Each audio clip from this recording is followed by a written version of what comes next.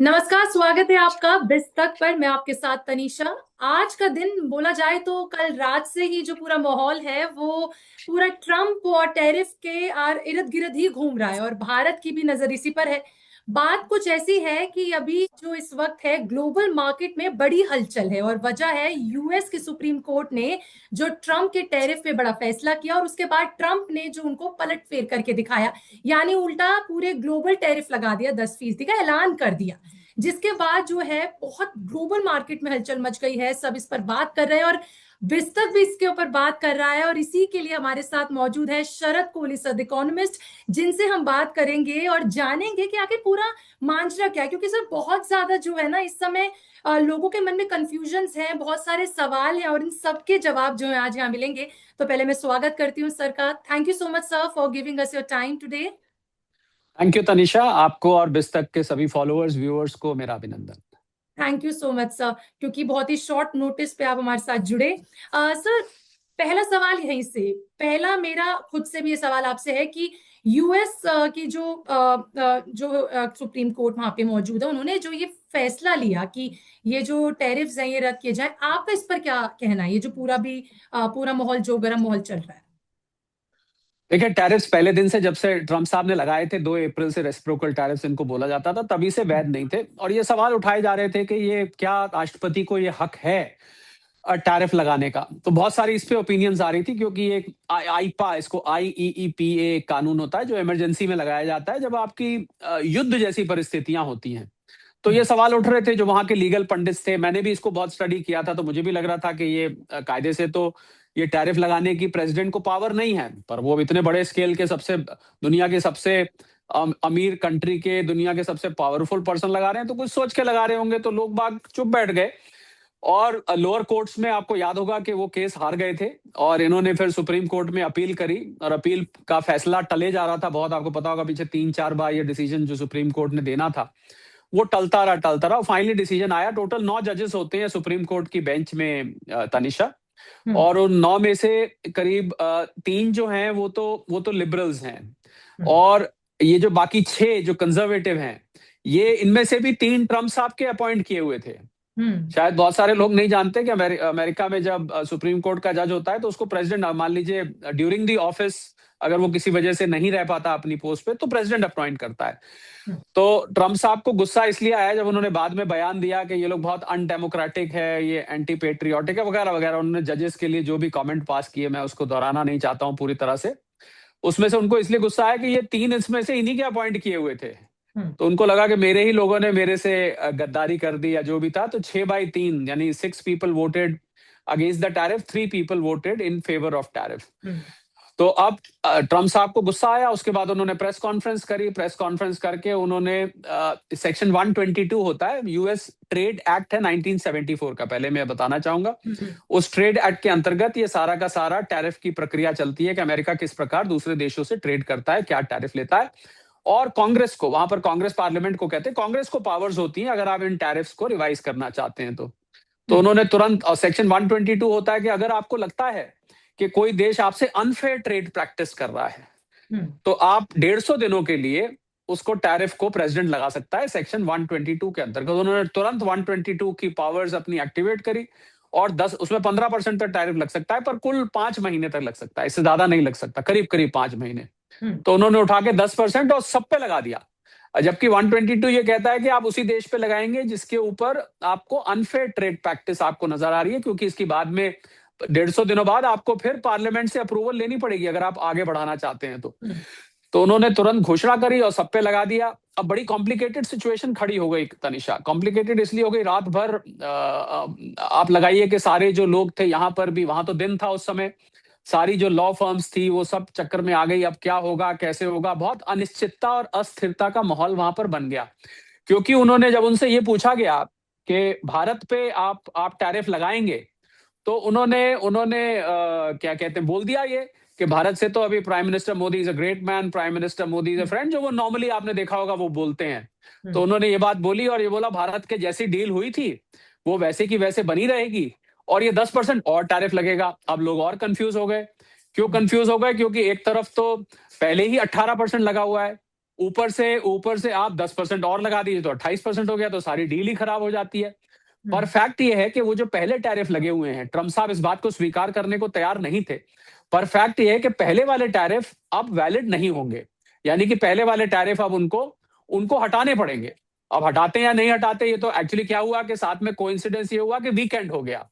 और हम्म। वीकेंड होने से सैटरडे संडे की वहां भी छुट्टी होती है, हम्म। यहाँ भी मार्केट्स वगैरह भी बंद थी, तो उतना उतना ज्यादा डिस्क्रीट रिएक्शन, अभी क्लैरिटी इसमें नहीं आ पाई। पर क्लैरिटी आ भी जाए तो मुझे लग रहा है बहुत कंफ्यूजन रहेगा। दो तीन चीजों पे कंफ्यूजन बना हुआ है। पहला जो मैंने अभी बताया कि अगर वो 28% टैरिफ लगा देते हैं भारत पे, तो सारी डील ही बेकार हो जाती है। और अगर वो 10% लगाते हैं, तो क्या वो पूरी दुनिया के ऊपर 10% लगा रहे हैं, ये भी हम्म। एक सवाल खड़ा हो जाता है। और पूरी दुनिया पे 10% लगा रहे हैं, तो जो उन्होंने अलग अलग देशों पे, जैसे किसी कॉलेज की मार्क्स लिस्ट निकलती थी, रिजल्ट आता था, इस तरीके से उन्होंने जो निकाला था, किसी पे 19%, किसी पे 24%, चाइना पे चाइना पे 34%, जो अलग अलग रेट्स उन्होंने निकाले हुए थे, क्या ये उनके ऊपर लगेगा, ये बाकियों के लिए भी कंफ्यूजन बना हुआ है। पर मेरे हिसाब से अगर सुप्रीम कोर्ट ने ये कह दिया है कि हम्म। ये आपके टैरिफ्स इलीगल हैं, ये हम्म। आप टैरिफ्स आईपीए के आईईईपीए के अंतर्गत आप नहीं लगा सकते हैं, क्योंकि वो आप इन इन देशों से आपकी लड़ाई नहीं चल रही है। सुप्रीम कोर्ट ने ये भी कहा कि इन देशों से क्या आपकी लड़ाई चल रही है जो आप ये लगा रही है, तो वॉर लाइक सिचुएशन में होता है, हम्म। तो वो टैरिफ्स तो अब वैलिड नहीं होंगे। तो इसीलिए ट्रम्प साहब ने पहले से तैयारी कर रखी थी, सेक्शन 122 के अंतर्गत उन्होंने टैरिफ लगा दिया। तो कायद मेरे हिसाब से जो जितनी भी इन्होंने ट्रेड डील्स करी हैं, वो ट्रेड डील अगर दो देशों ने साइन की हुई है और वो देश अपनी मर्जी से अगर करना चाहते हैं, तो बात अलग है, वरना वो पहले की हुई डील सारी की सारी खारिज हो जाती हैं, वो सारी की सारी डील खत्म हो जाती हैं, और ये 10% टैरिफ आ जाते हैं। अब सवाल ये उठता है कि ट्रम्प साहब की तो भूख 10% टैरिफ से मिटने वाली है नहीं। उन्होंने हम्म। तो किसी पे 34, किसी पे 24, किसी को 23, किसी पे 18, किसी पे 19, किसी पे 21 अलग अलग रेट्स लगा रखे थे। तो भला वो 10% से कैसे उनकी तसल्ली हो जाएगी, वो भी टेम्परेरी। तो ट्रम्प साहब को जितना हम और आप जानते हैं, मुझे लगता है अब तक सारी दुनिया जान चुकी है हम्म। कि वो चैन से बैठने वाले हैं नहीं। उनके दिमाग में कुछ ना कुछ खुराफात अब सूझेगी, और वो क्या करेंगे कि वो एक सेक्शन 301 है। 301 ये कहता है कि आप, जो उन्होंने ब्राजील के ऊपर लगाए हुए हैं, 301 कहता है कि आप अ, अगर इन्वेस्टिगेट करते हैं आपके साथ, अगर कुछ ऐसा कोई देश कर रहा है, प्रॉपर उसकी इन्वेस्टिगेशन होती है, तो इन्वेस्टिगेशन करके आपको 9-10 महीने में इन्वेस्टिगेशन रिपोर्ट आएगी, फिर आप वो टैरिफ लगा सकते हैं, फिर आप कुछ भी लगा सकते हैं। फिर एक सेक्शन 338 है, उसके अंतर्गत लंबी इन्वेस्टिगेशन चाहिए होती है उसके अंतर। तो मुझे लग रहा है कि ये वीकेंड ट्रम्प साहब ने और उनकी टीम, जो पीटर नकारो हैं, जेडी वैंस है, जो उनकी टीम है, वो सब सैटरडे संडे और कोई काम करने वाले नहीं है। वो ये हम और आप तो बात कर रहे हैं, वो बिजी होंगे कि कौन से सेक्शन में अब टैरिफ लगाया जाए जो कि लीगली टेनेबल हो और हमारी साख भी बच जाए। उनकी इज्जत का सवाल आ गया, देखिए ना, अब सारे में इज्जत इज्जत पे प्रश्न उठ गया कि भाई इतनी बुलिंग कर रहे थे कंट्रीज की इस टैरिफ के जोर पर, क्या क्या नहीं हुआ है अप्रैल से लेके अब तक। हम और आप तो बिजनेस चैनल है, आप जानते हैं, मैंने कम से कम नहीं तो तनिषा 500 शोज कर दिए होंगे सिर्फ टैरिफ्स के ऊपर hmm. Between April and now. क्या क्या उसमें डेवलपमेंट नहीं हुए, कभी ये होगा, कभी 25%, भारत का ही लें 50%, फिर फाइनली इंटरिम फ्रेमवर्क आया। तो बहुत बड़ा कंफ्यूजन खड़ा हो गया, और इसकी वजह से तनिषा मार्केट्स में बहुत ज्यादा अनसर्टेनिटी खड़ी हो गई है। और इसका एक उदाहरण आपने देखा कि रात को गोल्ड और सिल्वर फिर एक बार $5,100 को पार कर गया, सिल्वर $84 को पार कर गया। मैं अमेरिकन मार्केट कॉमेक्स की बात कर रहा हूँ कि भारत की मार्केट तो आज बंद है। हम्म। इसका भारत में इम्पैक्ट आपको मंडे को देखने को मिलेगा। सब बाजार हो या फिर कमोडिटी बाजार हो या शेयर बाजार हो, सबके ऊपर इसका इफेक्ट जो है मंडे को देखने को मिलेगा। लेकिन सर अगर बाजार की बात की जाए थोड़ी, तो जो गिफ्ट निफ्टी का संकेत पॉजिटिव है, क्योंकि सोमवार को 500 प्लस जो पॉइंट्स है उसकी तेजी टिकाऊ होगी या नहीं होगी, क्योंकि जब ये फैसला तकरीबन लिया जा रहा था जब भारतीय शेयर बाजार बंद है, लेकिन गिफ्ट निफ्टी में थोड़ी जो है उछाल देखने को जरूर मिली थी। तो आपको क्या लगता है सर, क्योंकि जब भी ट्रम्प कोई भी फैसला लेते हैं या कुछ भी एक्शन लेते हैं, तो हमारे यहाँ पे जरूर इम्पैक्ट पड़ता है, अब चाहे वो कमोडिटी मार्केट हो या फिर वो शेयर बाजार हो। आपको क्या लगता है कि ये जो अभी कोर्ट के फैसले के बाद जो ट्रम्प का रेसिप्रोकल फैसला, ये जो ग्लोबल टैरिफ लगाने का आया, क्या ये ट्रेड पॉलिसी मजबूती है या फिर इकोनॉमिक अनसर्टेनिटी बढ़ाने का एक कदम माना जा सकता है सर? ये दो मतलब देखिए, क्या। गिफ्ट निफ्टी का जो रिएक्शन आपको दिख रहा है, क्योंकि हम्म। गिफ्ट निफ्टी तो ट्रेड होती रहती है, और हम्म। मंडे को हो सकता है बाजार तेज खुले, पर मुझे लगता है ये बाजार को थोड़ा सा इंतजार करना चाहिए। क्यों इंतजार करना चाहिए? अभी सेलिब्रेट नहीं करना चाहिए कि टैरिफ हट गए, जैसा मैंने कहा, मैं दोहराना चाहूंगा, ट्रम्प साहब चैन से बैठने वाले नहीं हैं। और अगर मार्केट ये सोचती है कि अब टैरिफ का जमाना चला गया, तो वो तो उन्होंने एक छोटा सा सबूत तो फौरन बाद दे दिया, उन्होंने 10% पहली बात तो टैरिफ लगा दिए हैं। और ये यही मामला रुकने वाला नहीं है, क्योंकि उसमें दिक्कत दूसरी ये आने वाली है। इस वजह से भी कॉम्प्लिकेट हो गया तनिषा के $175 बिलियन के जो टैरिफ कलेक्ट किए गए हैं अभी तक, उसमें से ज्यादातर टैरिफ अब वैध नहीं है। इसका अर्थ ये हुआ कि ये टैरिफ, सुप्रीम कोर्ट ने ये कहीं नहीं लिखा कि ये रिफंड किए जाएंगे, ये कहीं नहीं बोला है। तो अब इसको रिफंड जिन इंपोर्ट हाउसेस पे, जिन कंपनीज पर ये टैरिफ लगा है, ये अमेरिका की कंपनीज पे लगा है, भारत पे तो लगा नहीं है, आपको पता है इंपोर्ट ड्यूटी है, ये तो जो इंपोर्टर है वो देगा ना टैरिफ। तो इन लोगों को अब अलग अलग स्टेट्स में लॉ सूट्स फाइल करने पड़ेंगे फेडरल गवर्नमेंट के खिलाफ इसको रिफंड लेने के लिए। तो इसलिए वकील लॉ फर्म्स का काम वहां पर बहुत बढ़ने वाला है, क्योंकि ट्रम्प साहब इसको शराफत से तो सीधा सीधा तो रिफंड करने वाले हैं नहीं, ये तो मुझे नजर आ रहा है। तो मुझे लग रहा है कि मार्केट्स को अभी सेलिब्रेट करने से पहले थोड़ा सा इंतजार करना चाहिए, क्योंकि डाउ भी ऊपर था रात को। क्योंकि सी हेडलाइन न्यूज क्या है? हेडलाइन न्यूज है कि टैरिफ हट गए, जो रेसिप्रोकल टैरिफ थे वो हट गए। पर हेडलाइन न्यूज पे आप नहीं जा सकते, क्योंकि ट्रम्प साहब उनसे बड़ी हेडलाइन है। ट्रम्प साहब खुद ही एक हेडलाइन है। ये तो हम पिछले, जब से वो राष्ट्रपति बने हैं जनवरी 2025 से या नवंबर 2024 से हम देख चुके हैं, वो अपने आप में एक हेडलाइन है। तो I think no headline is bigger than him. So I think इस हेडलाइन न्यूज के बेसिस पे मार्केट को सेलिब्रेट नहीं करना चाहिए। उसकी एक मैं आपको और ठोस वजह बता देता हूं। उसकी ठोस वजह यह कि देखिए, मार्केट को बुरी न्यूज भी मार्केट पचा जाती है, मार्केट अच्छी न्यूज भी पचा जाती है, पर मार्केट ना अनिश्चितता, अनसर्टेनिटी को नहीं पचाती है। तो ये जो अनसर्टेनिटी का माहौल है ना, वो मार्केट को पसंद नहीं है। तो अभी मेरे हिसाब से तनिषा, ये अनसर्टेनिटी बनी हुई है। कहां कहां बनी हुई है, मैं इसको सम अप कर देता हूं। पहली अनसर्टेनिटी कि क्या ये 10% टैरिफ 5 महीने से ऊपर रह पाएगा कि नहीं रह पाएगा, ये पहली। दूसरी अनसर्टेनिटी, क्या ये 10% टैरिफ जो डील साइन हो चुकी हैं उनके ऊपर लगेगा, जैसे भारत के 18 के ऊपर 10, 28 लगेगा, कि 18 हट के 10 लगेगा? ये सभी देशों पे अप्लाई करता है। ये दूसरी अनसर्टेनिटी। तीसरी अनसर्टेनिटी, क्या राष्ट्रपति ट्रम्प सेक्शन 301, 338 या सेक्शन 232 ट्रेड एक्ट के 1974 के इन सेक्शंस को एक्टिवेट करके कोई और नुक्ता निकाल के या कानून को फिर छलांग मार के वो कोई और टैरिफ लगाना चाहेंगे या नहीं लगाना चाहेंगे? चौथी अनसर्टेनिटी, जिन देशों के साथ डील हुई है, क्या वो देश अब इस बात पे इंसिस्ट करेंगे कि अब तो सुप्रीम कोर्ट ने आपके कह दिया कि कोई टैरिफ नहीं है, तो हम तो टैरिफ नहीं देंगे? तो क्या वो अपने रिश्ते ट्रम्प, अब उनके रिश्ते सुप्रीम कोर्ट से तो है नहीं ना, बाहर के देश हो, तो उनके रिश्ते तो ट्रम्प साहब से हैं।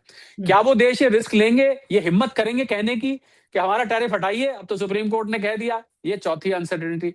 और पांचवी और सबसे बड़ी अनसर्टेनिटी, कि क्या ये जो सारी सिचुएशन है रिफंड की, क्या ये रिफंड किए जाएंगे? इसके लिए लॉ सूट्स फाइल होंगे, जो इतना पैसा कलेक्ट हो चुका है।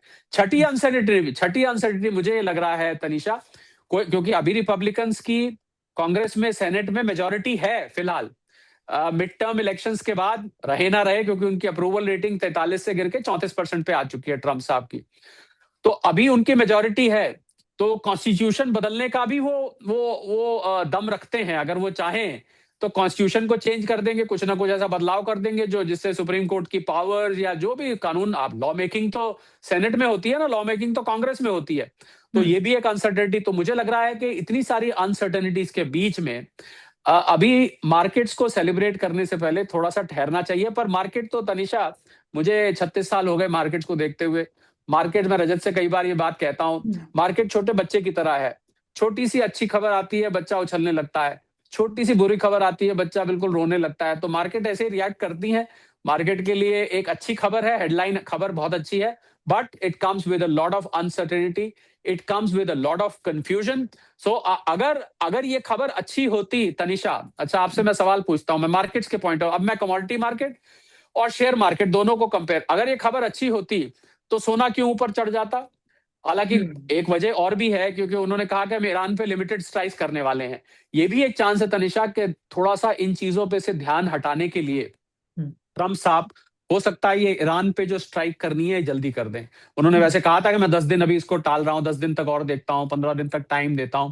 पर अब क्योंकि ये उनकी साख पे सवाल आ गया है, हो सकता है, और यूके उनके साथ, यूके ने मना कर दिया हमारे बेसिस आप यूज नहीं करेंगे, डिएगो गार्सिया में जो मॉरिशस के पास है, जहां से वो हमला करने की सोच रहे थे। अरेबियन नेशंस ने पहले मना कर दिया है कि हमारे बेसिस आप नहीं यूज करेंगे। उधर रशिया ने अपनी एक शिप भेज दी है। तो ट्रम्प साहब के लिए ईरान में बहुत ही टाइट सिचुएशन खड़ी हो गई है। वो ना आगे जाने लायक है, ना वो अब यहाँ से पीछे मुड़ने मुड़ने लायक है। तो सोना कुछ तो इस वजह से भी चढ़ा है, पर सोना चांदी चढ़ने के कल रात को यानी कॉमेक्स पर कल दिन में उनके बहुत बड़ा रीजन था कि इससे एक अनिश्चितता का माहौल पैदा हो गया इस टैरिफ से। तो जिस चीज को मार्केट, अब मैं जो कहना चाह रहा था, इंपॉर्टेंट बात ध्यान से सुनिएगा, जिस चीज को मार्केट सेलिब्रेट करना चाहेगी उस चीज को कमोडिटी मार्केट अनिश्चितता ले रही है। तो मैंने जो आपको बातें गिनवाई, मैं इस समय कमोडिटी मार्केट के साथ ज्यादा सहमत हूं। अगर शेयर मार्केट ऊपर जाती है तो मुझे लग रहा है ये ऊपर जाना कितने दिन तक टिक पाएगा, इस पर एक प्रश्न चिन्ह है। तनिषा सर, ये जो फुल स्टॉप आपने बोली, ये तो मुझे लगता है डोनाल्ड ट्रंप के हर फैसले के बाद कॉमा ही लगता आया है, क्योंकि एक साल से जी जो है टैरिफ का खेल ही चलता आया, और वो हर बार कुछ लाते हैं, बात करते हैं, और बाजार, जैसा आपने बहुत ही अच्छे एक एग्जांपल दिया, और ये मैं भी अपने आगे के चीजों में बिल्कुल अप्लाई करने वाली हूँ कि शेयर बाजार एक बच्चे की ही तरह है, ऐसा वो तुरंत उछलने लग जाता है जी जी जैसे ही कुछ होता है। डोनाल्ड ट्रंप को हम देखा जाए तो एक तरीके का वो हमारा वो पावर इम्पैक्ट है जो पड़ता ही पड़ता है पूरी जी मतलब बीइंग अ जी developed country, I guess that's why. या सर, जो टैरिफ जो है ग्लोबल ट्रेड वॉर की तरफ ले जा रहा है, देखा जाए तो क्या ये बन सकता है, जो मतलब ग्लोबल मार्केट है उसको लेके टैरिफ जो है ग्लोबल ट्रेड वॉर की तरफ? बिल्कुल बिल्कुल। अब आप इन्होंने क्या किया, जैसे ही प्रेस कॉन्फ्रेंस करी हम्म। तो इन्होंने सेक्शन 122 के अंतर्गत, बाय द वे जो दर्शक आपके फॉलोअर्स व्यूअर्स नहीं समझे, section 122 of the US trade act 1974, हम्म। जिसके अंतर्गत इन्होंने 10% टैरिफ लगाए। तो इन्होंने कहा मैं ग्लोबली लगा रहा हूं। हम्म। इन्होंने ये भी नहीं सोचा कि बहुत सारे देश तो उसमें ऐसे थे तनिषा, जो बहुत फ्रेंडली वे में डील करके गए थे। साउथ कोरिया था, यूके था, जिन्होंने जब इन्होंने टैरिफ घोषणा कर दी सबसे पहले वो आए थे, लाइए लाइए हम जो आपका ये साइन करते हैं। इन्होंने कहा 15%, उन्होंने कहा हुआ डन। तो उन हम्म। देशों के ऊपर भी लगा दिया इन्होंने, तो ग्लोबली सबके ऊपर लगा दिया है। हम्म। सिर्फ एक एग्जेम्पशन इस पूरी घोषणा में रखी गई है, वो एल्यूमिनियम और स्टील पे है, जो सुप्रीम कोर्ट ने माना कि ठीक है ये नेशनल सिक्योरिटी कंसर्न्स है, तो यहां पर हम आपने जो टैरिफ लगाए हैं हम उसको वैध मानते हैं, क्योंकि उसमें नेशनल सिक्योरिटी का मैटर है। उसके अलावा हम बाकी जो भी टैरिफ है हम उसको वैध नहीं मानते। तो बिल्कुल ट्रेड वॉर छिड़ जाएगा। ट्रेड वॉर से पहले तनिषा कंफ्यूजन क्रिएट हो रहा है। हम्म। कंफ्यूजन मैंने बताया ना, सबसे बड़ा कंफ्यूजन कि क्या पीछे की गई ट्रेड डील्स वो अब खारिज हो चुकी हैं, वो अब डिसमिस हो चुकी हैं, और उसकी जगह क्या ये 10% टैरिफ आ चुका है। टेक्निकली देखा जाए तो ऐसा ही है, परंतु नोइंग प्रेसिडेंट ट्रम्प, इनको जानते हुए, क्यों उन्होंने, अगर ऐसा होता तो उन्होंने कल प्रेस कॉन्फ्रेंस में, आप उनके वर्ड सुनिएगा, जब उनसे इंडिया का सवाल पूछा गया तो उन्होंने कहा yes the 10% tariff will be over and above the 18% tariff we have levied. तो ओवर एंड अबव क्यों बोला? इसका मतलब वो पिछले वाले को शराफत से, देखिए, जो राष्ट्रपति साहब जब इलेक्शन हुए थे 2020 में, उन्होंने अपनी हार स्वीकार नहीं करी थी। हम्म। और हम सब जानते हैं कैपिटल हिल में क्या हुआ था, लोग ऊपर चढ़ते हुए दिखे थे आपको, कैपिटल हिल में अंदर घुस गए थे। उन्होंने अपनी हार स्वीकार, तो ये he will not accept his defeat very very easily. Tanisha, I am telling you. तो इसलिए इसलिए जो ग्लोबल ट्रेड वॉर से ज्यादा, ट्रेड वॉर तो हिम्मत हम देख ही रहे हैं, ट्रेड वॉर तो इतने साल से, इतने महीने से चल रहा है। ट्रेड वॉर से ज्यादा मैं इसको ग्लोबल कंफ्यूजन का नाम देना चाहूंगा, हम्म। क्योंकि एक कंफ्यूजन है, क्योंकि ट्रेड वॉर तो बल्कि सबसाइड हो जाएगा, क्योंकि पिछली डील खत्म हो जाएंगी। 10% तो बहुत कम है, 10% तो उन्होंने किसी पे लगाया ही नहीं। कम से कम जो लगाया तनीषा वो 15% लगाया, तो 10% तो बहुत अच्छी बात है। But more than that, it is going to create a lot of confusion within America and with all the trade deals that he has done so far. तो मैं इसको एक ग्लोबल कंफ्यूजन का नाम दे रहा हूं, अभी ग्लोबल ट्रेड वॉर का नाम नहीं दे रहा हूं। ये ग्लोबल कंफ्यूजन ही है, क्योंकि आने वाले 10 दिन में हो सकता है वो 10-5 हो जाए या वो 10-100 हो जाए, क्योंकि वो तो 200 भी लगाने में नहीं कतराते हैं सर। वो तो जी बस नंबर, मुझे लगता है वो एक बॉक्स रखते हैं, उसमें नंबर डालते जी हैं जो आता है, और वो बस कंट्रीज पे बिल्कुल लगा बिल्कुल देते हैं। बिकॉज एक मतलब एक कंट्री जब आपके हाथ में है, तो ये वाले फैसले लेने, ऐसी हवा कि आपको लोग सीरियसली लेने छोड़ दें कि अच्छा अब 10% है। मुझे सर, आप तो मानेंगे कि मतलब इतने समय से जब हम कवर कर रहे हैं, और आप बिस्तर के साथ लगातार बनते हैं, और जब भी कुछ ऐसा होता है तो आप हमारे साथ जरूर जुड़ते हैं और बातचीत करते हैं। तो ऐसे में बहुत बार उनको हर इंटरव्यू में, हर इंट्रैक्शन में आपसे हमने अलग टैरिफ की बात की होगी, कभी 15 है तो कभी 25 है एक्स्ट्रा जो जी लगाया है, कभी 200 की बात हो रही है, 10 की बात हो रही है। जी। अब ये अगली बार पता नहीं कौन से वाले नंबर ऑफ टैरिफ पे हम मैं बात करें। मैं आपके जो कॉलीग हैं रजत देवगन साहब, उनके साथ यस कितनी दफे मेरे मुंह से डोनाल्ड ट्रंप की जगह डोनाल्ड टैरिफ निकल चुका है। यस, बिकॉज उनको अपना सरनेम चेंज कर लेना चाहिए, क्योंकि एक साल ही हुआ है उन्हें अभी यहाँ पे वापस जी वापस जब उन्होंने ये कमान संभाली। और लगातार सिर्फ ट्रेड डील और डील, ट्रम्प टैरिफ बस। ट्रम्प और टैरिफ और डील, डील वर्ड उनका डील, फेवरेट है, हर चीज की डील है, चाहे ईरान की हो वो भी डील है। और दूसरों वेरी के रिलेशंस अच्छे करने के लिए भी धमकियों भरे टैरिफ। तो हर चीज का जो समाधान और प्रॉब्लम है वो जी। टैरिफ और डील है। सर, इसी के साथ जो ये ट्रेड डील अभी 2 फरवरी को बजट के अगले दिन जो हुआ, जब हमें लगा कि चलो अब, उस समय भी बाजार उछला था सर, उस समय भी बाजार ने एक अपनी पकड़ पकड़ी थी। इसी से मैं एक बाजार से रिलेटेड आपसे पूछना चाहूंगी, वो है कि अब ये जो खबर आई है तो मंडे को देखना होगा क्या बाजार रुख दिखाता है। ऐसे में पोर्टफोलियो में किस तरह का डाइवर्सिफिकेशन आपको लगता है कि रखना चाहिए, अगर इन बारिश जैसे मौसमों से बचना है? सर, ये बारिश ही है मुझे लगता है कि। मुझे मुझे लगता है Tanisha, I think it will be too early to comment, हाँ। बिकॉज मुझे बहुत कंफ्यूजन यहाँ नजर आ रहा है। पर देखिए, जो सेक्टर स्ट्रांग हैं वो तो हम्म। स्ट्रांग है ही है, एफएमसीजी है, हम्म। रिन्यूएबल एनर्जी है, डिफेंस है। ये तो ऐसे जियोपॉलिटिकल सिचुएशन यहाँ से बिगड़ी जा रही है, कुछ सुधर तो रही नहीं है। तो हाँ। मुझे लग रहा है ये सेक्टर्स ऐसे हैं जो कि हमेशा ही सॉलिड है आने वाले टाइम में। बाकी आपको सेक्टर रोटेशन दिखता रहता है। पर अभी जो अब देखिए, जो textile sector, FMCG, sorry, footwear, leather, pharmaceuticals, chemicals, James and jewellery, जो इन सेक्टर्स में हमने थोड़ी सी नॉर्मल सी आ रही थी, अब हम्म। मुझे लगता है फिर से ये, क्योंकि भारत के संदर्भ में आप मेरे से पूछे तो मुझे सबसे पहले ये क्लैरिटी चाहिए ट्रम्प साहब से। ट्रम्प हम्म। साहब से सीधा चाहिए, बीच में तो कोई इसका क्लैरिफिकेशन मेरे जैसे 10 भी बैठ जाएं तो वो नहीं दे पाएंगे। मुझे क्लैरिटी चाहिए कि क्या 18 की जगह 10 हो गया है। मुझे कोई ये बता दे, क्योंकि उनका बयान आप प्ले करके देखिएगा, आप इसको जब एडिट करेंगे और आप जब इसको रिलीज करेंगे वीडियो को, तो उसमें वो बयान जरूर डालिएगा जहां उन्होंने ये बोला कि over and above word use किया है। ये सुन के तो मेरे कान खड़े हो गए। भाई, ओवर एंड अबव कैसे हो सकता है? क्योंकि फिर तो 18 वाली डील 28 की हो गई, पहली बात। दूसरी हम्म। बात, सुप्रीम कोर्ट की जजमेंट फिर तो बेकार हो गई। सुप्रीम कोर्ट ने तो कहा वो टैरिफ वैध नहीं है। तो over hmm. And above word वो कैसे यूज करते हैं? इसका मतलब उन्होंने कोर्ट के ऑर्डर्स को भी ऊपर जाके अपनी अपनी टांग रखनी चाहिए।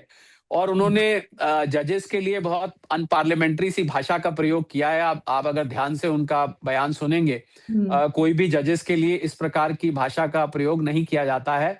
उन्होंने क्या कुछ कहा है मुझे याद है, पर मैं वो शब्द यहाँ पर दोहराना नहीं चाहता। मैं जुडिशरी का सम्मान करता हूँ, और खासकर अगर सुप्रीम कोर्ट किसी भी देश का हो, मुझे लगता है जुडिशरी ने जो निर्णय लिया है सोच समझ के लिया होगा। उन्होंने जो वहाँ का कॉन्स्टिट्यूशन है, जो वहाँ का लॉ है, जो वहाँ के प्रोमलगेशंस हैं, ट्रेड एक्ट है, उसको पढ़ के लिया है कि किस हालत में किया जाता है। तो अभी अभी देखिए, जहां तक सेक्टर्स की बात है, I think it will be very early. It's a very tense Saturday Sunday. मुझे नहीं लगता कि जो ट्रेड पंडित्स हैं, जो एक्सपोर्टर्स हैं, जो अभी पीछे सेलिब्रेट कर रहे थे, अभी तो उनके बेचारों की सेलिब्रेशन शुरू हुई थी। टेक्सटाइल्स वाले कितने मुझे जानते हैं, जेम्स एंड ज्वेलरी वाले सूरत में हैं, वो जानते हैं। फार्मास्यूटिकल वाले, केमी मरीन प्रोडक्ट्स वाले, कितने लोग तो अभी अभी तो हम लोग ही अभी ट्रेड डील की चर्चाएं चल रही थी, डिबेट्स चल रही थी टीवी चैनल्स पे, अलग अलग प्लेटफॉर्म्स के, कि भाई वो विपक्ष कह रहा था 103 से 118 पे खुश हो गए, ये हो गया वो हो गया। अभी तो वो सब बातचीत खत्म भी नहीं हुई थी, और ये एक नई बातचीत अब शुरू हो गई उन सबको दरकिनार करके। अगर भारत पे 10% रह जाता है तनिषा, तो मैं समझता हूं फिर भारतीय मार्केट इसको सेलिब्रेट करेगा। हम्म। परंतु हमें अभी section 338 of the US trade act 1974, section 301, और उन्होंने, आपने प्रेस कॉन्फ्रेंस में एक बात नहीं सुनी आपने? उनसे जब पूछा गया मोदी जी के बारे में, ये कल की बात है, जब मोदी जी के बारे में, या prime minister Modi is a great friend का जो स्टैंडर्ड वर्ड होता है, he is a great leader, he is a great hmm. Friend, और उन्होंने कहा now are goods are not paying any tariff there, यानी कि हमारा सामान तो सारा 0% पे जा रहा है, दे हैव टू पे 18%। they were ripping us off, and now it's the other way around, we have flipped now we will be ripping them off। तो इस तरीके की भाषा प्रधानमंत्री को दोस्त कहने के बाद, प्रधानमंत्री को फ्रेंड कहना, आप चला के देखिएगा, जो मैं कह रहा हूं अपने मन से नहीं कह रहा हूं, ये बकायदा इसकी प्रेस कॉन्फ्रेंस ऑन रिकॉर्ड है ये पूरा का पूरा। पहले आप किसी को फ्रेंड बोले, उसको बोले he was ripping me of, in fact वो बीच में उन्होंने he was ripping me of भी बोला। तो मुझे मुझे लगता है कि ये ना तो ये भाषा स्वीकार करी जाती है अंतर्राष्ट्रीय डिप्लोमेसी में, और ना ही जुडिशरी के लिए इस प्रकार का कथन, इस प्रकार की अप्रोच बर्दाश्त की जाती है। तो ट्रंप साहब के साथ तनिषा, कुछ भी फोरकास्ट करना, कुछ भी कहना, कुछ भी प्रिडिक्ट करना कि मंडे को ये होगा, मुझे लगता है, आपको सच बात, दिल की बात बताता हूं मैं, आप इससे पहले कि शो को रैप अप करें या कुछ और पूछना चाहें, एज एन इकोनॉमिस्ट, जब जब मैं ट्रम्प साहब की नीतियों की बात करता हूं, ट्रम्प साहब की कमेंट्स पे बात करता हूं, खाली खाली टैरिफ पे 500 शोज कर चुका हूं। मुझे लगता है तनिषा, मेरा रोज सुबह एक नया जन्म होता है। I am new born every day. और मैं पिछला अपना सारा अतीत भुला चुका। जब नए बच्चा पैदा होता है, पिछले जन्म याद नहीं ना होते हैं, ऐसा माना जाता है हमारी सनातन धर्म की संस्कृति में यस। कि पिछला जन्म तो याद नहीं होता बच्चे को। ऐसे ही मुझे लगता है मेरा रोज एक नया जन्म हुआ है, क्योंकि रोज एक नई ऐसी चीज आती है जो जिसका पिछले से कोई संबंध नहीं होता, आगे का कोई लॉजिक नहीं होता है। तो I think we should wait and watch, Tanisha. मतलब यहाँ पे ये भी बोलना सही रहेगा कि उनके साथ उनके बारे में बात करना मतलब कि रात गई और बात गई वाला पाठ हम मुहावरा लगा एग्जैक्टली, सकते हैं। रात गई। You use the right phrase, रात गई और बात गई। हाँ, वो फिर एक नया सवेरा नई शुरुआत वाला पार्ट है इनके बिल्कुल साथ। बिल्कुल। सर मैं रैप अप करना चाहूंगी, लेकिन एक सवाल बस आपसे रहेगा मेरा कि ये जब जो भी कुछ हो रहा है, एफआईआई जो है फॉरेन इंस्टीट्यूशनल इन्वेस्टर्स, उनका रुख कैसे बदल सकता है? बस अगर आप इस पर कुछ कह जाएं देखिए, तो एक कमेंट है। पीछे जब से ये इंटरिम ट्रेड डील फ्रेमवर्क की घोषणा हुई थी, हम्म। अगर आपने नोट किया हो तो, हालांकि मैं ये तो नहीं कहूंगा कि वो खरीदारी कर रहे थे, पर उनकी सेल जो लगा रखी थी उन्होंने, दिवाली की सेल जो पिछले एक साल से लगा रखी थी, मैंने रजत को भी कहा था कि दिवाली की सेल $20 बिलियन के करीब एक साल फ्रेम, जनवरी टू जनवरी में कैलकुलेट करा था, बेच चुके थे माल। हम्म। अब उन्होंने थोड़ी सी राहत मिल रही थी, किसी किसी दिन उनकी खरीदारी भी हो रही थी। हालांकि बीच में एक दिन 7,000 करोड़ के भी उन्होंने बेचे, पर हम्म। किसी किसी दिन वो नेट बायर्स भी हो रहे थे। तो अभी तो थोड़ा थोड़ा हवा का रुख बदलना शुरू हुआ था, और ऊपर से ये मूसलाधार बारिश हो गई, जैसा आपने कहा। तो मुझे लग रहा है कि एफआईआईज भी बेचारे कंफ्यूज हो जाएंगे कि यहाँ मार्केट में खरीदे के बेचें, क्योंकि जब से ट्रेड डील हुई थी तो एफआईआईज, खासकर जो यूएस बेस्ड एफआईआईज है, उन्होंने भारतीय मार्केट में फिर से इंटरेस्ट अपना दिखाना शुरू किया था। Hmm. But now with this whole confusion, I think FIIs will be as much confused, Tanisha, as much you and me are and every other person is. पर ये मैं एफआईआईज को आपके शो के माध्यम से, अगर इस हमारे शो को कोई भी एफआईआई एफबीआई से जुड़ा व्यक्ति देख रहा है, तो मैं ये कहना चाहूंगा कि भारत की ग्रोथ स्टोरी इंटैक्ट है। ट्रम्प हम्म। साहब जो भी करते रहे, वो टैरिफ बदलते रहे, कभी कुछ करते रहे, अमेरिका में जो होता रहे, ठीक है, मैं थोड़ा बहुत हमारे ऊपर प्रभाव पड़ता है, पर भारत की ग्रोथ स्टोरी इंटैक्ट है। भारत की इकोनॉमी बहुत स्ट्रांग फुटिंग पे खड़ी हुई है। बाकी की दुनिया से हम बहुत अच्छे हैं। बाकी की दुनिया इस समय 2.5% पे ग्रो कर रही है, हम 7-7.5% पे ग्रो कर रहे हैं। और आपको मैं ये बताना तो भूल गया, तनिषा, कि कल अमेरिका का मुझे लग रहा है दिन अच्छा नहीं था ट्रम्प साहब का।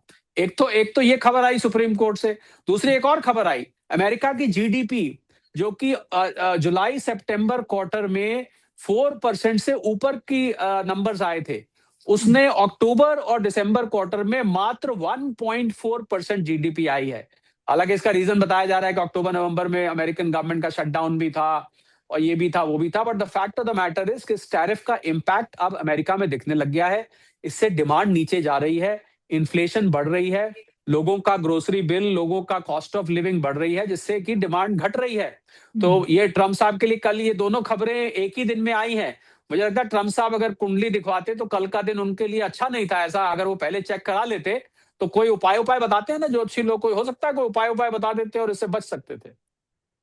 मुझे तो लगता है सर कि इस समय वो ही खुद ही ग्रैंड पे जाके बैठ रहे हैं इस समय।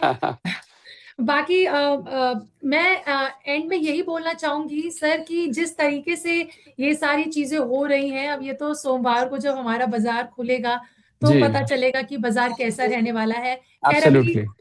जैसा कि अभी बातचीत में ये तो साफ है कि फिलहाल हमें 10 ये जो ग्लोबल टैरिफ इन्होंने लगाया, ये बहुत बड़ी कंफ्यूजन मुझे भी थी शुरू करने से पहले, जो मैंने आपसे शेयर किया और आपने मतलब पूरा होलसम दे दिया और सबको, हमारी सारी ऑडियंस को समझ आ जाएगी कि 18 हुआ है, अब उसमें 28 होगा, 8 हुआ है, 10 हुआ है, कुछ जी अभी क्लैरिटी आई नहीं है, लेकिन वो आए हैं, जी बयान दिया, मंडे को उनका मन बदलेगा तो कुछ देखते, नहीं तो जी अब जी जी, इसी बिल्कुल। एक हफ्ते यही चले, फिर अगले हफ्ते कुछ नए टैरिफ के ऊपर बात होगी।